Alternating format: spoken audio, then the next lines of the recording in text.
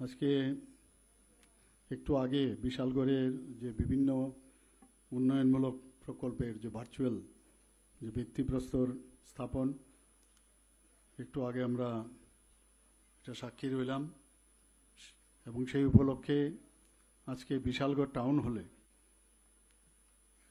মঞ্চে যারা উপস্থিত আছেন বিশালগড় বিধানসভার সম্মানিত এবং জনপ্রিয় বিধায়ক শ্রী সুশান্ত দেব মহোদয়, মাননীয় বিধায়িকা কমলা সাগর কেন্দ্রের শ্রীমতী অন্তরা সরকার দেব মহোদয়া, এখানে উপস্থিত আছেন জেলা সভাধিপতি সিপাহীজলার শ্রীমতী সুপ্রিয়া দাস দত্তা মহোদয়া, তাছাড়া chairperson Bishalgarh municipal court councillor Shri Anjan Prakayastha, যিনি স্বাগত ভাষণ আমাদের সামনে রাখলেন DM and collector Sepahijala doctor Siddharth Shiv Jaiswal, উনি বিস্তারিত আলোচনা আমাদের সামনে রেখেছেন। উপস্থিত এই জেলার সম্মানিত এসপি শ্রী বিজয় দেববর্মা মহোদয়, doctor Tapan Majumdar director health department, Shri Rinku Lather ADM Sepahijala এবং অন্যান্য আমার সামনে যারা এখানে বিভিন্ন স্তরের যারা ইলেক্টেড রিপ্রেজেন্টেটিভরা আছেন এবং সমস্ত লাইন ডিপার্টমেন্টের যারা অফিসিয়ালসরা আছেন, যারা ডিপার্টমেন্টের বাইরেও এখানে যারা বিভিন্ন ডিগনিটারিজ এখানে উপস্থিত এবং আমার ভাই ও বোনেরা এবং মিডিয়া বন্ধুরা, সবাইকে আমি আন্তরিকভাবে হার্দিক অভিনন্দন ও শুভেচ্ছা জানাচ্ছি আপনারা এখানে উপস্থিত থাকার জন্য। আজকে এখানে যে বিশালগড়ে যে 7টি নতুন প্রকল্পের উদ্বোধন করা হয়েছে এবং মোট 5টি নতুন প্রকল্পের ভিত্তিপ্রস্তর এবং একটু আগে আমি মধুপুর উচ্চতর মাধ্যমিক বিদ্যালয়ে যে নিউ বিল্ডিং সেখানেরও উদ্বোধন করেছি। এই 13টি প্রকল্পের জন্য মোট ব্যয় হবে প্রায় 28,72,00,000 টাকা। গত 20 জুন দক্ষিণ জেলায় সাবরুমে মোট 19টি প্রকল্পের জন্য আমি গিয়েছিলাম, সেখানেও প্রায় 32 কোটি টাকার ব্যয় হবে, তারও উদ্বোধন আমি করেছি। মাননীয় প্রধানমন্ত্রীজি আমাদেরকে বলেছেন যে উন্নয়ন ছাড়া কিছু কথা হবে না, ডেভেলপমেন্ট সর্বস্তরের, শুধু বিল্ডিং না, সর্বাঙ্গীন ডেভেলপমেন্ট প্রয়োজন। তো আমরা সেই দিশায় আমরা কাজ করছি। ডাবল ইঞ্জিনের সরকার, বিরোধীরা মাঝে মাঝে কটূক্তি করেন যে কি ডাবল ইঞ্জিনের সরকার, কিন্তু আমরা কাজের মাধ্যমে তার পরিচয় দিচ্ছি। আপনারা নিশ্চয়ই খুশি হবেন যে শুধু 2025 সাল থেকে, অর্থাৎ 25 সালের জানুয়ারি থেকে এই জুন মাস পর্যন্ত, এখন পর্যন্ত বিভিন্ন জায়গায় আমি গেছি সারা ত্রিপুরাতে। এই কয়েক মাসে, 5 মাসের মধ্যে 635,65,00,000 টাকার উপরে আমি বিভিন্ন প্রকল্পের ভিত্তিপ্রস্তর এবং উদ্বোধন করেছি। উন্নয়ন অন্তহীন, শেষ নেই, উন্নয়নের পরেও উন্নয়ন করতে হবে এবং মানুষের মনে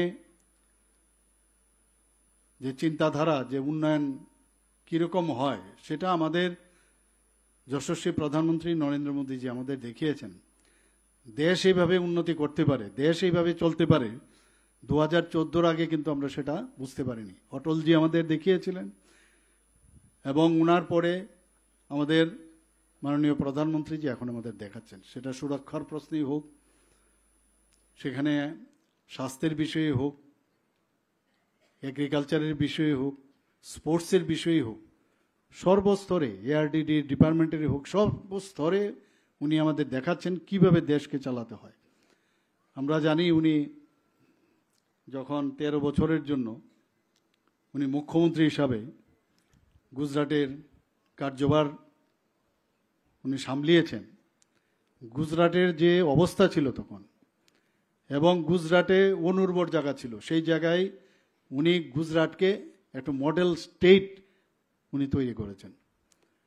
এবং আমি বলি, সব জায়গায় বলি যে উনি ওখানে যে কাজটা করেছেন, অনেকটা যারা সায়েন্টিস্ট যারা আছে তারা কিন্তু অনেকে ল্যাবে পরীক্ষা নিরীক্ষা করে, তো কাজ করার মাধ্যমে সেটা পরীক্ষাগার, সেই পরীক্ষাগার থেকে উনি যখন বললেন যে না, যে আমাকে যেহেতু আপনারা পাঠাচ্ছেন এখন সারা ভারতবর্ষকে চালানোর জন্য 2014-তে ওনার এক ভাষণে আমি দেখছিলাম ওনার মধ্যে যে কনফিডেন্স, যে পরীক্ষাগারে যেসব কাজগুলো উনি করেছেন, জল ছিল না, জলের ব্যবস্থা করেছে, পাকা ঘরের ব্যবস্থা করেছে, যেখানে সুলভ শৌচালয়ের ব্যবস্থা ছিল না শৌচালয়ের ব্যবস্থা করেছে। এই সমস্ত কাজ কিন্তু ওখানে উনি করে এসছেন।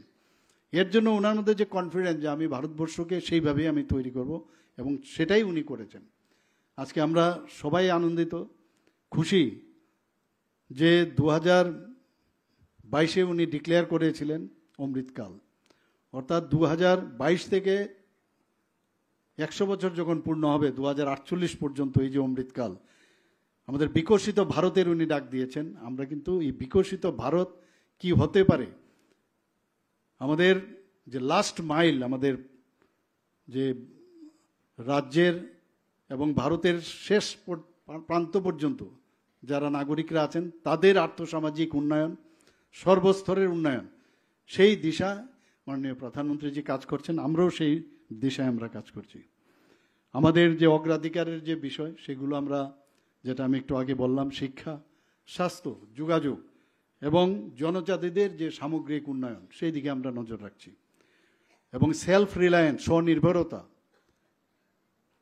আমরা আমাদের যে এসএইচজি গ্রুপ বোনেরা আছেন, আগে 2018-র আগে মাত্র 4 থেকে 4,500 এসএইচজি গ্রুপ ছিল, সেই জায়গায় এখন 56,000 আমাদের এসএইচজি গ্রুপ হয়েছে। ভাবা যায় না কোনোদিন। এবং তাদেরকে আমরা 700 করোড়ের উপরে আমরা রিভলভিং ফান্ড দিয়েছি, আরও ব্যাংকের থেকে আমরা ফান্ড দিচ্ছি যাতে করে তাদেরও উন্নতি হয়। এবং আমরা দেখতেই পাচ্ছি যে আমাদের মা ও বোনেরা তাদের যে মহিলাদের যে এম্পাওয়ারমেন্ট, সেটাও কিন্তু আমরা করছি। এখানে 33% রিজার্ভেশন, আজকে পার্লামেন্টেই হোক, অ্যাসেম্বলিতেই হোক, তাদের রিজার্ভেশন রাখা হয়েছে। আমাদের এখানে 33% রিজার্ভেশন রাখা হয়েছে আমাদের ত্রিপুরাতে চাকরির ক্ষেত্রে। বিভিন্ন জায়গায় আমরা যারা স্কুল কলেজ পড়ুয়া মেয়েরা আছেন তাদেরকে আমরা ডিগ্রি কলেজে কোনো রকম ফিস যাতে না দেওয়া হয় তার ব্যবস্থা আমরা করেছি। আমরা বিভিন্ন জায়গায় পিঙ্ক টয়লেটের রাস্তাঘাটে যাতে মেয়েদের এবং বাচ্চাদের, মায়েদের, তাদের যাতে অন্য যে নর্মাল যে শৌচালয়গুলো আছে সেখানে না যেতে হয়, তাদের জন্য আমরা ব্যবস্থা করেছি।